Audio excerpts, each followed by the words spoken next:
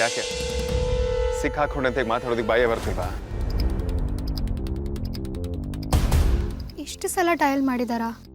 ಅಂದ್ರೆ ನಿನ್ನ ಮೊಬೈಲ್ಗೂ ಕಾಲ್ ಮಾಡಿದ್ನಾ? ಛೇ ಅವ್ರು ಒಂದ್ಸಲ ನಮ್ಮ ಮನೆಗೆ ಬಂದಿದ್ರಂತೆ. ಅವತ್ತು ನಾನು ಮನೇಲೇ ಇರಲಿಲ್ಲ. ಅಷ್ಟಕ್ಕೂ ನಾನು ಅವ್ರನ್ನ ಮದ್ವೆಲಿ ಮಾತಾಡ್ಸಿದ್ ಬಿಟ್ರೆ ಆಮೇಲೆ ಎಲ್ಲೂ ಸಿಕ್ಕೇ ಇಲ್ಲ. ನಾನ್ಯಾಕೆ ಅವ್ರನ್ನ ಇಷ್ಟಪಡ್ಲಿ? ನೀ ನಿಜ ಹೇಳ್ತಿದ್ಯಾ ಅಂತಂದ್ರೆ ನಿನ್ನ ಅಕ್ಕನೋ ನಿನ್ನ ತಂಗಿನೋ ಪ್ರೀತಿಸೋ ನಾಟಕ ಮಾಡಿ ಮೋಸ ಮಾಡಿರ್ಬೇಕು. ಹಾಗೆಲ್ಲ ಮಾತಾಡಬೇಡ. What ever. ವಿಕ್ರಾಂತ ನಾನು ಯಾವತ್ತೂ ಈ ಸಿಚುವೇಶನಲ್ಲಿ ನೋಡಿರಲಿಲ್ಲ. ಅದಕ್ಕೆ ಆ ಹುಡುಗಿ ಯಾರು ಅಂತ ಪರ್ಸನಲ್ ತಿಳ್ಕೊಬೇಕು ಅಂತಾನೆ ನನಗೆ ಫೋನ್ ಮಾಡಿಲ್ಲ, ಬರೋದಕ್ಕೆ ಹೇಳಿದ್ದು. ನಿಮ್ಮಲ್ಲಿ ಯಾರೋ ಒಬ್ಬರು ಅವನನ್ನು ಪ್ರೀತಿಸ್ತಿರೋ ನಿಜಾನೇ ಆದರೆ ಅದಿಬ್ಬರು ಫ್ಯಾಮಿಲಿಗೂ ಬೇಕಾಗಿರೋ ವಿಷಯ. ಮೊದಲು ಅದು ಯಾರು ಅಂತ ತಿಳ್ಕೊ.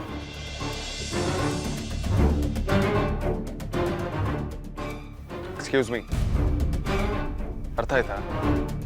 ಸರಿ, ನಾನು ವಿಚಾರಿಸ್ತೀನಿ. ಆದರೆ ನೀನು ನಮ್ಮನೆ ಹತ್ರ ಬಂದು ಗಲಾಟೆ ಮಾಡಬೇಡ. ಹಾಗೆ ಮಾಡೋ ಹಾಗಿದ್ರೆ ಇವತ್ತು ಬಂದಾಗ ಅದನ್ನು ಮಾಡ್ತಿದ್ದೆ. ನನಗದೆಲ್ಲ ಇಂಟ್ರೆಸ್ಟ್ ಇಲ್ಲ. ಮೊದಲು ವಿಷಯನ ತಿಳ್ಕೊಂಡು ಅದಕ್ಕೊಂದು ಸೊಲ್ಯೂಷನ್ ಹುಡುಕ್ಬೇಕು. ಇದು ನನ್ನ ತಮ್ಮ ವಿಕ್ರಾಂತಿನ ಲೈಫಿನ ಪ್ರಶ್ನೆ. ಅವನನ್ನು ಮೊದಲು ಹಾಗೆ ಮಾಡ್ತೀನಿ ಅಂತ ನಾನು ಅಮ್ಮನಿಗೆ ಪ್ರಾಮಿಸ್ ಮಾಡಿದ್ದೀನಿ.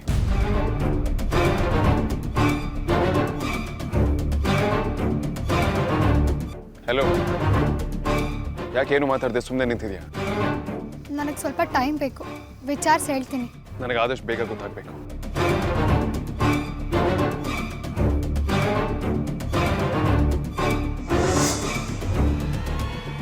ನಮ್ಮಲ್ಲಿ ಯಾರ್ದು ತಪ್ಪಿಲ್ಲ ಅಂತ ನನಗೆ ಗೊತ್ತಾಗಬೇಕು. ಅವಾಗಿದೆ ನಿನಗೆ ಮಾರಿ ಹಬ್ಬ.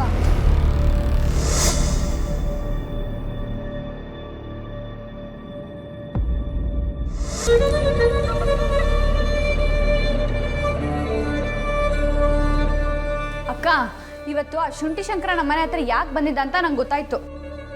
ಅವನಿಗೆ ನಮ್ಮ 3 ಜನದಲ್ಲೇ ಯಾರೋ ಒಬ್ರು ವಿಕ್ಕಿ ಅವ್ರನ್ನ ಲವ್ ಮಾಡ್ತಿದ್ದೀವಿ ಅಂತ ಡೌಟ್ ಬಂದಿದೆ ಅನ್ಸುತ್ತೆ ಅಕ್ಕ. ಹೌದಾ? ಇಲ್ಲ ಅಂದ್ರೆ ಸುಮ್ನೆ ಹೆಣ್ಮಕ್ಳಿರೋ ಮನೆಗೆ ಅವ್ನು ಯಾಕೆ ಬರ್ತಾನೆ ಹೇಳು?